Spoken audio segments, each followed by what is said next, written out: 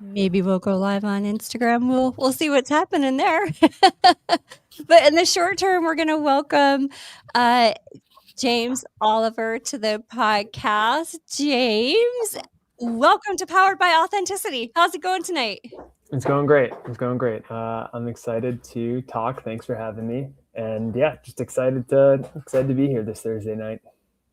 All right, well, awesome. And first up, I want to say that we got the opportunity to try your protein bar. So producer Ken is here with me tonight, and we both are, I'm a half marathoner, he's a marathoner, and we enjoy our protein bars. And we loved we had the peanut butter chocolate chip, right, Ken? Yep. Yeah, it was delicious. Awesome. Awesome. Love to hear it. Yeah, it was great. A lot of times I have a hard time with just like protein bars, but Mhm. no issue whatsoever. It was fantastic. Yeah. One thing that I think that I've learned that I changed my perspective on is that I originally thought like, well, taste isn't that important. Like some people will, if like the nutrition is good enough for the ingredients, Yeah. some people will prioritize that. And while that is true, the vast majority of people are like, no, it needs to needs to taste good. I need to look forward to eating it. So, we try really hard to make that true. Oh, that's awesome. Well, thank you again for those. They were fantastic. And how would you like to tell us a little bit about yourself? Yeah, sure. So my name's James. I grew up in the Boston area. I from a family of seven total, so fairly Wow. big. Grew up being very like active, very outdoors. I was in the Boy Scouts. Actually, me and my three brothers, we were all Eagle Scouts. So we were kind of deep into the outdoors and just Oh, being active from a young age. I also played a ton of different sports. I was kind of a master of none. I did sailing, golf, football, tennis, lacrosse, baseball, like pretty much every sport oh, you could think of. I tried, and my interest in nutrition was actually from a very young age. Like one of my earliest, most formative memories. I remember my parents were going out one night, and I was probably like 4 years old. They were going to like dinner or something, and I just remember very vividly. Um, I I don't know how it came up, but they had one of them mentioned that eating carrots improves your eyesight, yeah. and for whatever reason that just stuck with me. And I was like, oh, that's cool. Like, so if I eat a bunch of carrots, like my eyes will actually get better. And at the time, I was like, well. I thought that if you ate a bunch of carrots, you could like get 20/20 vision or supervision. Obviously, it's not quite how it works, but from a very young age, that just kind of planted the seed that like, oh, it's really cool that what you choose to consume can actually have an impact on what your body and mind are able to do. So that was just like a very that was pretty much the first thread that kind of planted the seed for where I'm at today. And yeah, it's been quite a journey from there to here, and everything's kind of come together throughout my childhood, my upbringing, the outdoors aspect, the nutrition aspect, to what I do now. Oh, that's amazing. And where are you based out of? So I'm based out of New York now. So my wife now, she went to school in New York, and so after a couple of years in Boston, I was like, you know what, I think it's time for a change of scenery. So I moved down to New York, and it's great. New York City is a cool place to be. A few other places like it. I like it because I kind of view it as almost like a humanities city, because there aren't I can't think of really many other cities that have the both the density of people, so this many people pushed together, but also the diversity of people, because you have cities that are denser that have more people pushed together, but they're more homogeneous, and you have cities that might be more diverse but it's more spread out. But to have millions of people just shoved together on this little Yeah. island is it's very interesting. That's very cool. And what a great time to be in New York City. I mean, Yeah, this time of year just beautiful. So, yeah, uh, 100%. well, visit the tree for me. I love that tree at Yeah, Rockefeller Center. yeah, it's a good one. Yeah. All right. Well, we thank you for telling us. I can't wait to talk about your pathway into nutrition and just starting your product. But first, we'd like to get to know everybody on a little bit of a personal basis. So, we like a little bit of an icebreaker, and it typically is around food, actually, because we say food is a great connector. So, I know when we've talked before, you let me know that you're a Patriots fan, and you're still here anyways because we look. But what's on your tailgate menu? Like, if you're gonna watch a game this weekend, what's the one thing you're gonna have on the tailgate? I think the number one thing would be wings, but specifically if you've had like naked wings, so they don't have like a lot of sauce on, they don't have Yep. like a lot of buffalo or barbecue sauce. Those to me, those you can just put down a lot of them. They're just like so good. There's just like a tiny bit of seasoning on them. Yeah, they're tough to beat for me. Well, you're speaking our language here at the podcast because I have a feeling producer Ken, hello this evening. Hello, hello. I think you might have something in common. Absolutely. Wings are number one. You know, when you go in order of when you're laying out your food for the tailgate, wings just go right at the top. Well, I'm glad I answered right then. And I'm just gonna make it the trifecta because what's a game without those wings? Yeah. And we'll have to stay in touch. I know you've got Stefan Diggs on your side, but we've got the mighty Josh Allen, so we'll see what happens this weekend. Yeah, I'm very, very excited. It's been just seeing the Patriots season from what it's been for the past, like to go from what we had for 20 years to then go to what we've had the last couple of years is just such like a seesaw. And it honestly kind of feels unfair that we're that we're doing as well as we are this season because we only had like there are some dynasties or some franchises that basically have like what we've had for the past couple of years, but haven't for decades. And we had it for like 3 or 4 years. And now we're back in a pretty good spot. Yeah, it's you guys are doing really well. We'll see what happens this weekend. Yeah, we will. Well, thank you for doing that. Like I said, we think food is a great connector amongst everyone. But what I'd like to hear now is tell us the story behind Atlas Bars. Yeah.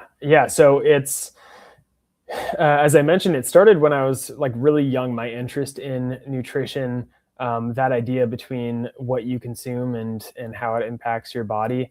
Yeah. One of like the analogies that I used when I was a kid to think about it is I was like, well, it's cool that like if like imagine if you had a car, you were given a car like a Toyota Corolla, and just by making certain choices, you could turn that Corolla into like a Porsche. And I was like, well, that's basically what you can do with your body. Like if you choose to you're a half marathoner, Ken's a marathoner. If you make the choice to run every day, you're going to improve the engine of your body. And if you choose to eat certain things, you're going to improve how well your body works. And I always I think it stuck with me because there are so few things in life that are under your control. And to be able to make certain choices that can really change the trajectory of how you feel and how you interact with the world was a really cool idea to me. So I just kind of started educating myself on nutrition, not because I was looking to get like an official education in it, but because I was just really curious about it. Like I remember when I was 18, I was really confused because people like at that time, fat was kind of demonized. This was back in the like late 2000s, early 2010s. And I remember asking about like avocados because I was like, well, avocados are fruits, which people say are healthy, but they're also like mostly fat, which people say is unhealthy. So like, which is it? Is it that they're unhealthy because they're fat or that they're healthy because they're fruit? And there just didn't really seem to be any like clear answers on a lot of these topics. So I was just like, I just want to dig into it and try and find out for myself. So fast forward to school, to college. So I went to school in Boston area and I ended up majoring in economics. But most of my time I actually spent studying languages because I don't really know why I did this looking back, but I chose to study Arabic first. And literally the criteria that I chose was, I was like, I just want to do the most challenging language that they offer.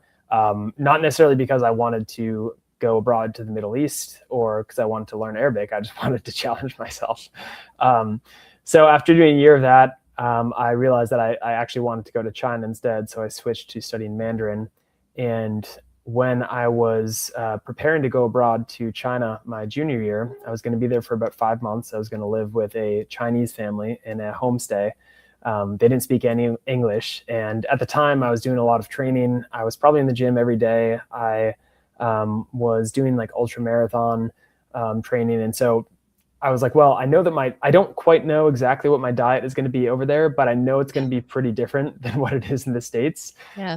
And I'm guessing that it's going to be like pretty like carbohydrate heavy, like a lot of rice, a lot of buns. And it definitely was. And so I was like, well, I want to like bring something with me to help just kind of like stay on track somehow. And so I was like, all right, well, it needs to be portable. It needs to be shelf stable. It needs to be convenient. It needs to have ingredients that I feel good about eating every day, and it needs to have good nutrition. And I really didn't set out to make something. I was just looking for this, and I was like, it doesn't exist. I was like, all right, I'll just figure out how to make it. So I worked with my mom to make the first couple hundred, and made those, brought them with me, and they were great. And they worked exactly how I intended to use them when I was over there. And then I got back and I had 1 year left of school. And I was like, well, I think that I know I just made this for myself, but I think if I had this kind of itch to scratch, there are probably others that also are looking for this. So I spent my last year of school kind of putting together the idea and doing the research and all the things that you need to do to start something. And I used the money that I'd made from driving Uber and landscaping and all those fun jobs that you do in college to make the initial 5,000 bars with an actual manufacturer. And I remember thinking, I was like, this is like a scary decision to make, but the worst case scenario is that I won't be able to sell any of these, and I will literally just have to eat 5,000 of these. And I was like, that's honestly a great outcome, because the costs that I'm making these at are like way lower than what I would be able to buy any other bars at. So I was completely fine with that. And so I graduated, and then a week later I received the bars and just started selling from there. And fast forward to today, we've now sold tens of millions of them, but it all just started basically in my college dorm room. I love that. Well, and they say the best things are like things that if you personally need it, there's probably somebody else out there who needs that too. And to find a niche market like for I'll say quality protein bars, because there's some out there that are so full of fillers. Like it's just, you don't even know what you're eating. Yeah, totally. Yeah. That was one of the things that like, it really frustrated me, because a lot of these companies, again, there's just a distinct moment where I remember like looking at the backs of wrappers. I was just standing in like a grocery store aisle, picking up different bars and looking at them. And I did it with Gatorade, and I was like, oh, Gatorade's like a nutrition company, and like they have all these athletes. I bet it's good. And I picked it up, and it says like 20 grams of protein on the front, and I turned it over, and it says like 29 grams of sugar on the back. And I was like, it's not necessarily misleading, but it's actually more accurate to call this thing a sugar bar than a protein bar, because it has almost 50% more sugar than protein in it. And it's the exact same today. They haven't changed it. I think their chocolate chip bar, but it has more sugar than a Snickers in it. And it just, I don't know, it didn't really sit right with me that companies that people trust, again, it's not misleading, but it's just kind of hiding information. Like you're depending on people to trust you because of the brand, and they do, and you're not necessarily making the best thing for them. And so I wanted to do something different. I wanted to make something that I felt good about, not only sharing with others, but consuming myself. Yeah. And that is the one thing too, is like, I know a lot of these packages, you look at them and like even the Starbucks drinks, if you look at that versus like a Coke, you're better off drinking a Coke than you are some of those bottled drinks. And so it's digging into the packaging. And that's, one thing that we did do is we are curious about the ingredients. We're like, first of all, we can pronounce all of these ingredients, but they're also clean and healthy, which is just so important. Like I said, when we're trying to fuel our bodies for the next race, or you give them to, I know my daughter, she'll use them at protein bars at college because she doesn't Mhm. always have time to have a meal. And you want something that you know is at least going to set them up for success. And that is something that's clean and healthy. So like I said, I love the fact that you've taken the time to look at the ingredients and care about the product that you're putting to shelf. Yeah. Yeah. I think that you would think that it's kind of table stakes that somebody who's making and selling a product is also somebody who believes in and consumes the product Yeah. themselves.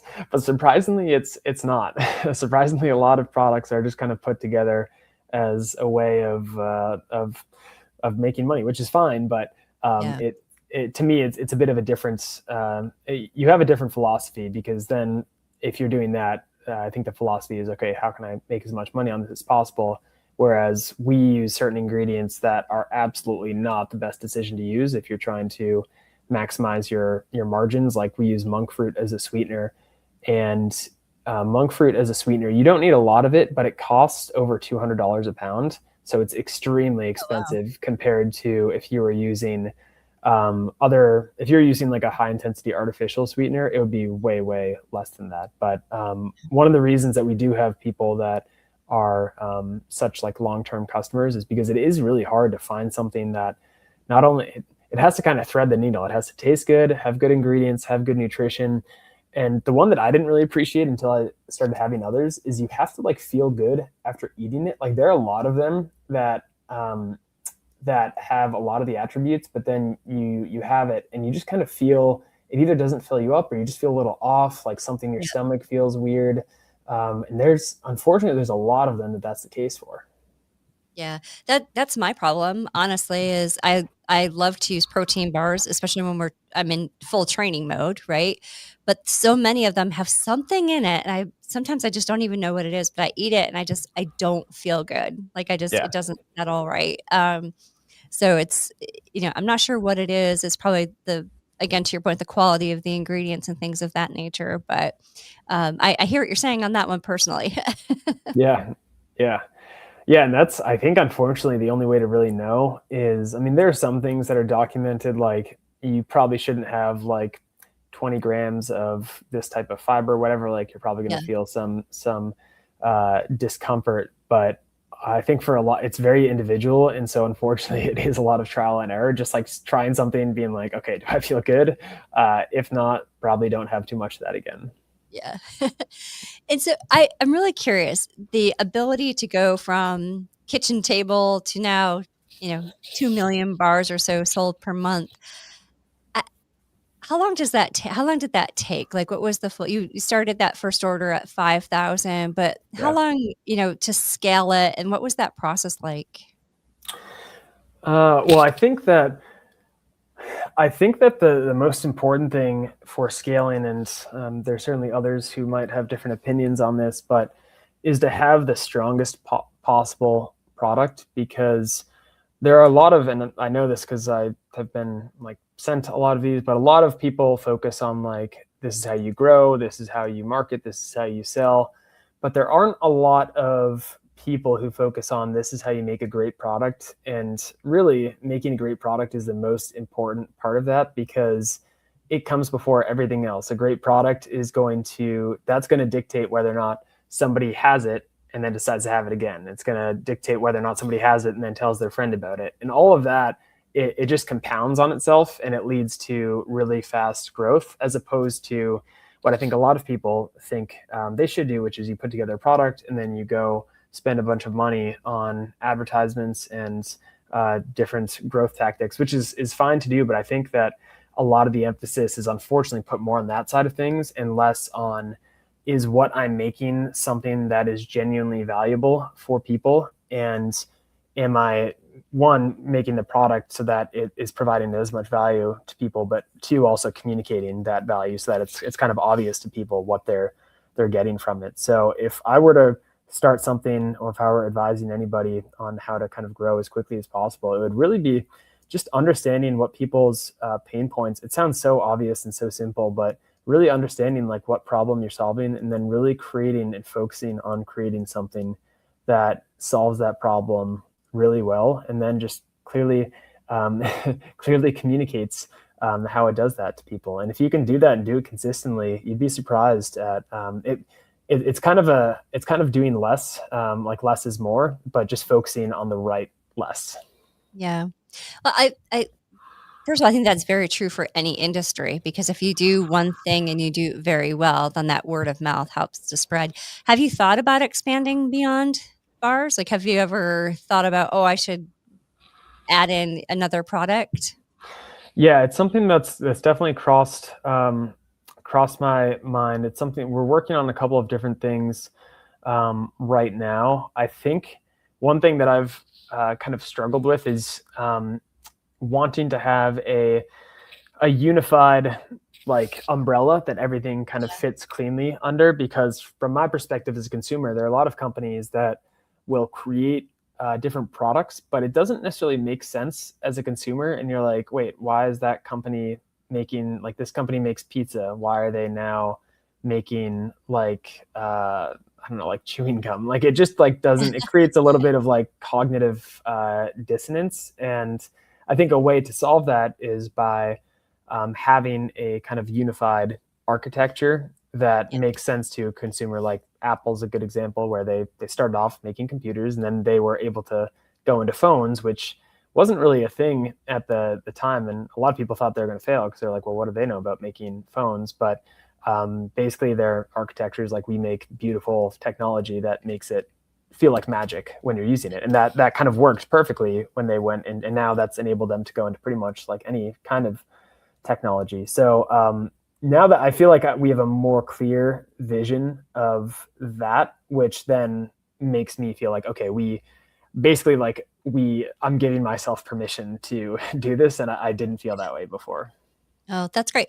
I think that's sound advice too. You know, it's making sure you have clear direction, understanding, to your point, the umbrella that you want to stay within, and then how do you make that grow probably very methodically, right? Like you don't go all in on something that's new, but yeah, that's really sound advice, I think, for everybody out there. And just as far as growing that product to scale, what was your advertising like? Did you leverage social media for the most part? Like, what was that like?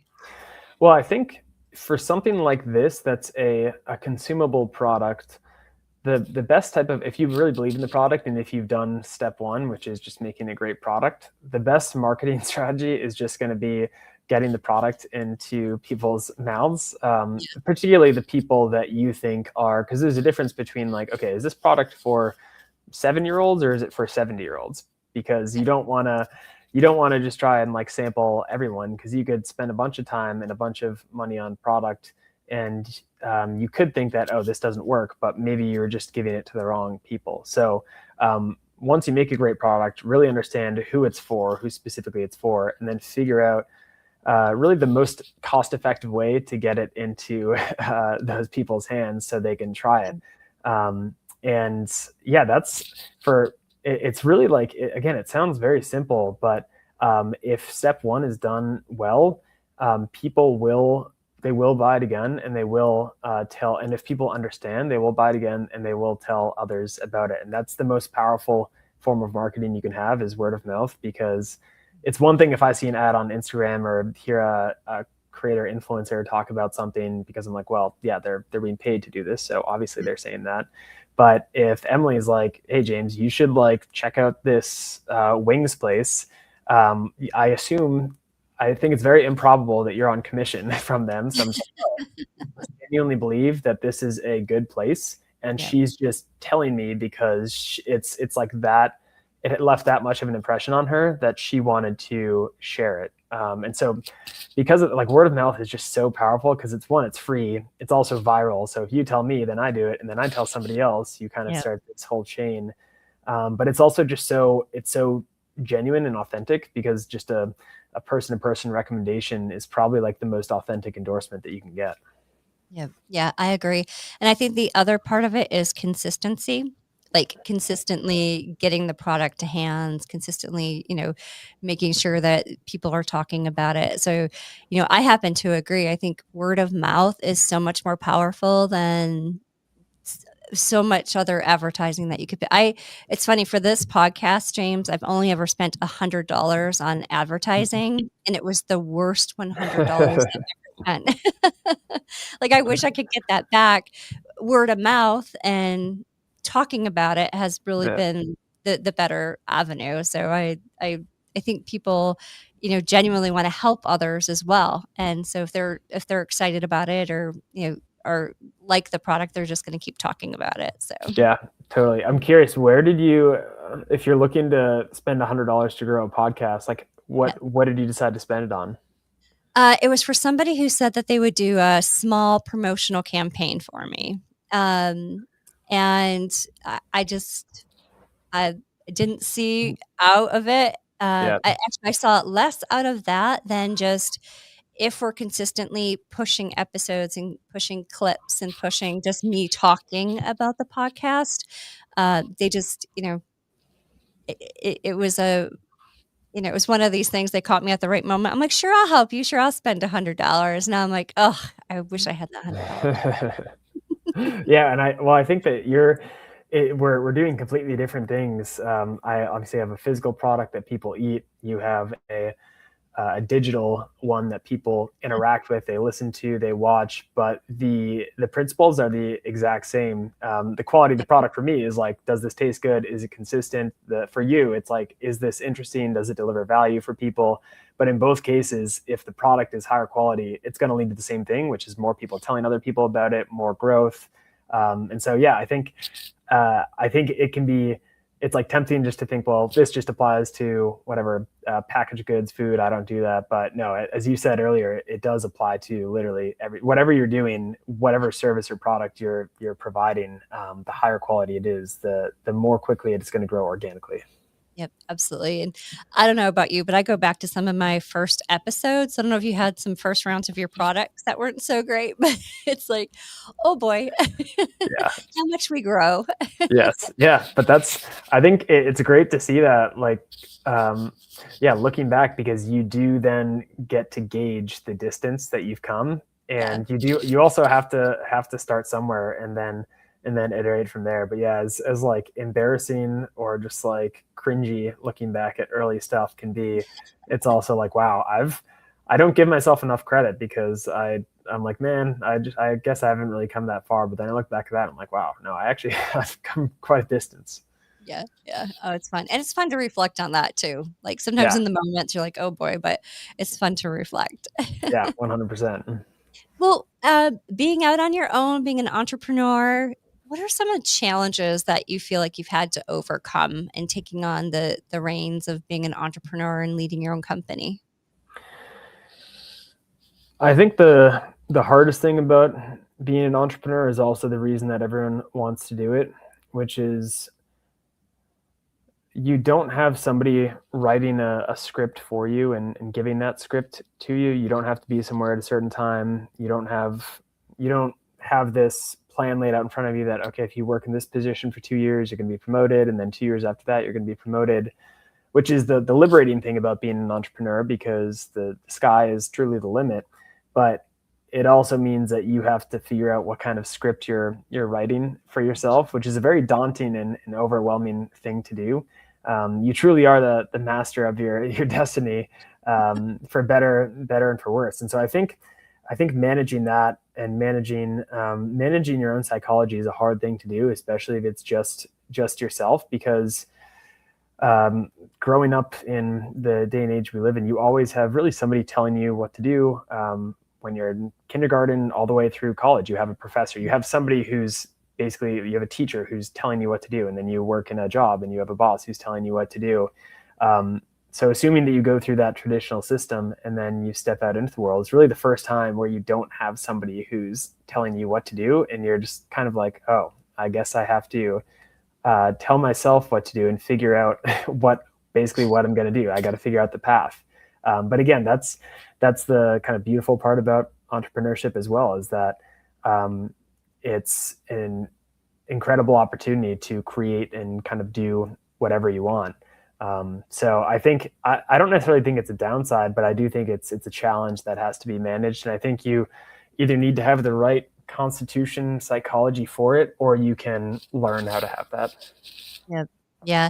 I think, I don't know about you, but I think one of the other things is learning kind of like where I need to bring somebody else in to help, because it's just beyond, I started doing payroll and I'm like, I need an accountant here. I need an attorney. Like I need these people to support. Like I feel like that's also sometimes a challenge, because especially when you're newer and starting out, to spend that money is sometimes like, oof, I don't want to let go of that revenue, but you have to kind of realize where you need to tap out Yeah. and call in the backup. Yeah, totally. Yeah. As the leader of the organization, the most precious resource is your time. And so if you're, I don't know, working on it 10 hours a day and you're spending 2 of those hours doing payroll, yes, you are giving up the revenue or the money that you would otherwise keep by paying somebody to handle payroll, but you're also freeing up those 2 hours so you can focus on how to grow and how to get more revenue in. I think that's a challenging thing, is kind of going from like the common word is like a scarcity mindset. Like I kind of got to hoard my acorns, to I think the opposite is a growth mindset, where you're like, okay, you're looking at the upside instead of looking at the downside. You're looking at growing as opposed to conserving. And that can take some conditioning, especially depending on just your upbringing and your history. It can take some deconditioning to transition from one to the other. 100%. I'm still dealing with that, and it's a few years in. Yeah. How about some of the biggest positives that you didn't necessarily know you'd get out of being an entrepreneur? I think you learn a tremendous amount about yourself. And you really get to see like what you're able to do, and you're tested in a way that I think it's really hard to be tested in this way. Like I've always tried to test myself. Like I mentioned that I took Arabic and I've done ultra marathons and entrepreneurship, and all of these things I've chosen to do. Nobody made me do them. I chose to do them because I wanted to basically test myself, to be like, okay, let's see like what you can actually do. Let's see where the limit is for yourself, how much you're able to handle. And out of all the things that I've done, entrepreneurship is definitely the most challenging, for sure. Has been the most challenging. And I think that it's just forced me to grow at a rate that would not have been possible if I had chosen a more, I guess, traditional path. Yep. Yeah, it's interesting what comes out of just the day to day, like how different life becomes when you're able to also maneuver your schedule and be able to help control. There's some fun things that you can do because of that. Yeah. The flexibility is really nice. I mean, it obviously cuts both ways. You don't have to be at a 9 to 5 in your chair, but it usually also does not end at 5. Yep. So I would personally rather take that. I would rather take more hours, but I get to choose when I do them, as opposed to fewer hours, but it's in a very specific block of time. Yep. Yeah. Yeah. One thing I didn't ask is how big, do you have employees that help support?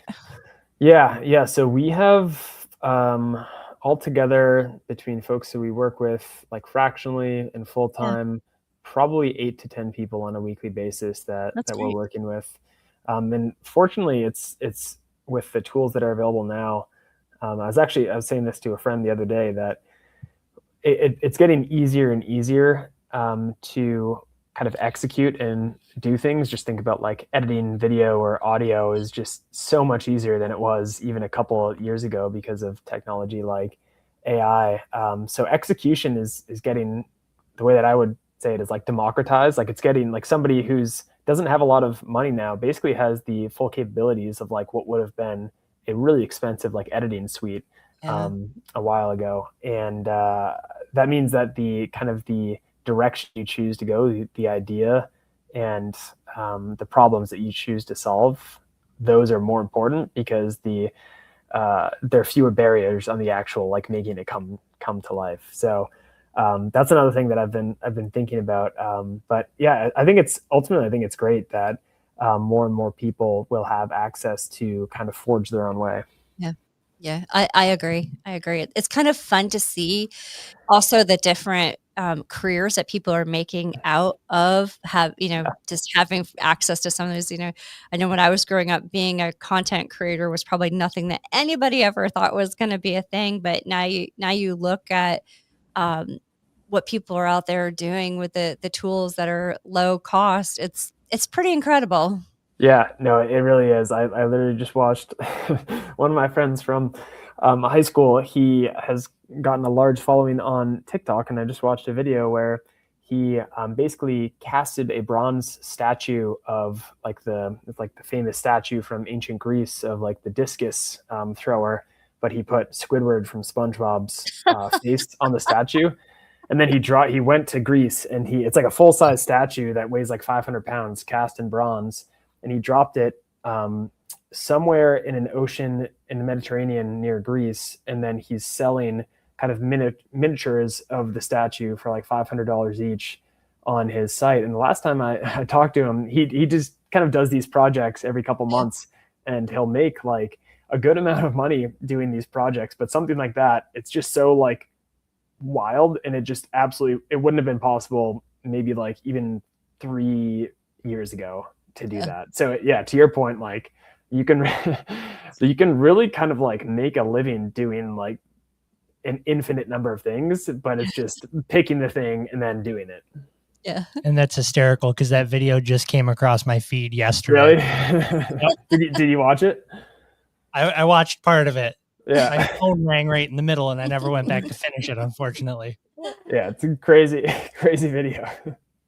Well, it blows my mind. But to your point, what fun he's probably having in life. Like, what a different life than sitting at a desk from 9 to 5. Yeah, and it's funny because he does also. Last time I talked to him, he does have that. Like that job, and then he does this as he might have actually left that job, but basically he did what I would suggest most people do, where you have kind of if you're looking to transition, you have something stable, and then while you're doing that, you work on building the other thing until the other thing can support you, so you can have a clean transition, as opposed to like I do not think the kind of like burn the boats advice where you just like go cold turkey and just like go all in. I do not think that is the best advice, because it just applies this like fight. It puts you in this fight or flight mode where you're like, I need this to work, or else I won't be able to pay the bills. And that's not the best headspace to be in if you're looking to create, because it puts you in this kind of like fear state. Yeah. Yeah.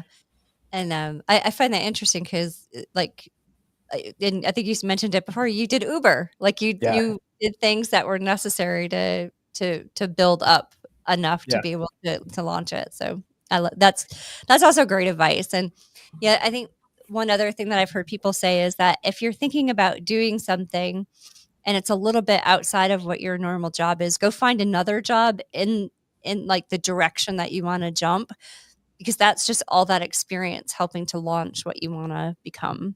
Yeah, totally. Yeah. Just move like one step closer to that thing. And also just find out, I think like I'm definitely guilty of this, but I know from talking to a lot of people that a lot of people struggle with this, where you have an idea and you're like, well, I would do this if X, Y, Z. And it's, for a lot of things, it's surprisingly easy to just test something instead of like thinking on it and sitting on it for years. Just like test it and just see, like, do I actually like doing this? Like if you're like, I want to be like a chef, then I don't know, just go like try getting a shift somewhere as a chef, and like, do you actually like it? And you might just find in like a weekend, like, oh, I actually don't really like doing that. But then you can just move on to the next thing. So test it and learn quickly, so that you don't spend precious time in your life just kind of like sitting and just not really moving forward. Yep. Also very true for those who are in college, because my daughter just thought she wanted to be a teacher. She went into the classroom the first like semester of college and was like, nope. We saved a lot of money in college education. Well, for that. Now she's moving on to something probably more expensive, but that's fine. She's happy. Yeah, I think that's great. I remember my dad was a doctor, and I remember being like confused by people who and like impressed by people who knew from like the age of 18 that they were going to be a doctor. Because I just remember thinking like, man, what if because you don't actually do what a doctor does until you're like like 31, 32. So I was Yeah. like, what if you go through all that schooling and then you get there and you're like, I don't like this. But then you're like, you've put so much into it that you just Yeah. kind of have to keep going forward because of like inertia. But I just remember being very afraid of that outcome. And I was like, I would be so just like bummed if I put in like 14 years of schooling and then I started doing it and I was like, I don't really like this. But for that's kind of hard to test though, because they don't just unfortunately let you walk into a surgery room and start doing surgery. Well, we hope not anyways. Yeah, yeah. Oh my gosh, great advice. Well, what's one thing that you want to be sure that our listeners know about yourself, your Atlas Bars company, just anything in general? What's something you want to make sure everybody knows? For Atlas, I think one thing that's cool that we've done recently is we actually did a clinical study on it, and I think it's the first product of its kind that has actual clinical research that's done on it. A lot of products they'll have like ingredients in there, and the ingredients themselves have been studied. So whether it's, I don't know, some like magnesium or caffeine, and they'll say like this has been shown to XYZ, but we paid to have it done on the product itself, and it was cool because what we showed definitively is that the flavor you had, the peanut butter chocolate chip, it had virtually no impact on blood sugar response, which is really cool because that's a big great. problem for a lot of people, regulating blood sugar. The inability to do so has a lot of relations with type 2 diabetes and insulin resistance. So I suspected that was going to be the case, but it was really cool to actually do the research and confirm that. So I was excited about that, and we're working on incorporating that more into our kind of brand moving forward. Yeah. Oh, that's really good to know. I know my one niece is diabetic, and it's so sad when she eats something and it just spikes her, and she just, some of those effects are just so awful to watch somebody to go through that. It's nice. It's also nice to know that you care enough about the product to see what it does to somebody who may need to have that information before purchase. Like, I think that's just showing that you care about the product and what you're doing. Yeah, I honestly, I might like care too much about the product, just in terms of like the lengths that we go to try and do the right thing and just provide a really high quality product for consumers. But yeah, I'm glad that we were able to do that. I do know that we have we have some customers who are actually they're epileptic diabetics. So if their blood sugar gets too high, they go into epileptic shock, which is obviously not good. So I kind of suspected that the product had that ability, but until we actually did the research on it, we weren't able to kind of conclude that definitively. But now we are. So I was excited about that. Yeah, that's great. That's awesome. Well, how can we help you? How can the Powered by Authenticity team help? Honestly, I think you already have. Just having this conversation, letting me kind of share my story, share a little bit about Atlas and my background and my favorite tailgating dish. I feel like you already have. Well, we appreciate you being here, and like I said, we love the product, and so we were, it's really easy for us to talk about. So we're happy to keep sharing that message as well. Especially, I hate to say it, but it's getting into spring half marathon training time. Yeah, that's kind of crazy because we're not even at the turn of the year yet. Nope, not yet, but Yeah. it's about time to think about. I've got one March 1st, so time to start Wow, thinking. that's like barely even out of winter, but you're jumping on early. Mm-hmm. I'm in search of a 100-miler towards the end of the year this year. I dipped my toe into ultras a couple of years ago, and now I'm looking for the next one. Like towards the end of the year, meaning in like the next 19 days, end of the year, or No. Probably next fall. I'm looking. Oh, okay. Well, the great thing is that sport has like really. I feel like people have just moved upstream. They've moved from like marathons upwards to ultra. So there's been a huge amount of growth. And there's one of the reasons why I like doing that is that the courses that you can do are just so cool. You can just go to like, I'm actually looking at doing a 50 miler in the Colorado desert in April. And it's just like really cool just to be able to run through the different landscapes that you can do. So that's awesome. 100 that's That's no easy feat. Yeah, I did a 50 a couple years ago. That was a loop of one of the Finger Lakes in this area, and it was a great course. It was Yeah. all road, oddly, but it was a really nice view the whole time, and everything very well supported, very laid back. It's great. Yeah, that's great. Yeah, I found that the hardest part for myself as the miles get longer are making my stomach cooperate, because it's hard to your body is not meant to like go for 24 hours while digesting while you're moving. And so yeah, that's the challenge. Peanut butter and jelly sandwiches are usually a good fallback for me. Yep. Peanut butter and jellies and bananas. Yeah. I tried I remember I did one where I had like I was having like the goos, the gels, and I had like 14 or so in the day, because I was like timing it out like X amount, whatever, every 45 minutes or so. And you get to the point where even if you're like hungry, your body is just like, I'm not having another one of those. It's I don't even know what, like your palate just rejects it. It's just like, nope, we're not putting another one of those things down. Well, I do believe Ken at the Buffalo Marathon this past year had tapped out on goos, and just as he had done that, somebody handed him a beer.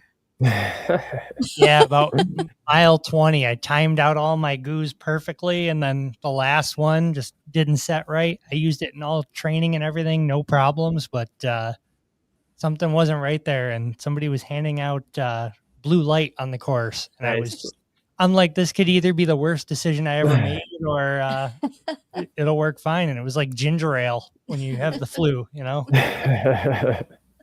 I'll have to try that. I've never tried that before. I've heard of others who've gotten like, especially if you get like towards the end and your body is just like, I'll just take whatever. I've heard that the little bit of a buzz can help ebb some of the soreness too at that point. Just helps you get across that finish, whatever it takes at that point. Yeah. I will say that last mile was my best split of the entire marathon. Wow. Maybe you stumbled on something, Ken. Maybe. New type of performance nutrition. There we go. Oh, can you do a beer flavored bar? You could do that. Yeah, you definitely could do that. Well, thank you for being here tonight, James. This has just been such a great conversation. And, I think there's so much good information, whether you're in product or service or digital, that you've given us to think about as well. To your point, I love the discussion points around quality product first, can let people talk about it and it will kind of find its way out. And I just think that's sometimes people don't put enough of a value on that piece. And I loved hearing your perspective on that. So thank you so much for coming on the show tonight. Yeah, thank you so much for having me. I really appreciate the opportunity. It was just a pleasure to talk, and I hope it's a good game. I won't say anything more than I hope it's a good game this Sunday. Yeah, and I think they're predicting snow, so it could be a snow game too. But yeah, well, we'll see what happens on Sunday. But producer Ken, thanks for being here tonight. You got it. And we want to thank our location sponsor. So James, I'm actually in a art center, so I've got the art behind me, and they have a podcast studio, so they let us come in and use the facility through a grant. So it's really nice here. Awesome. Yeah. But again, thank you so much for being on the show. I've appreciated the conversation and really have enjoyed getting to know you through having you on, and stay in touch. I'd love to stay connected and keep chatting. Yeah, I absolutely will. Again, I appreciate it. Yeah. All right. Well, have a great evening, and thank you so much for being on tonight. Yeah. Thanks. Thanks.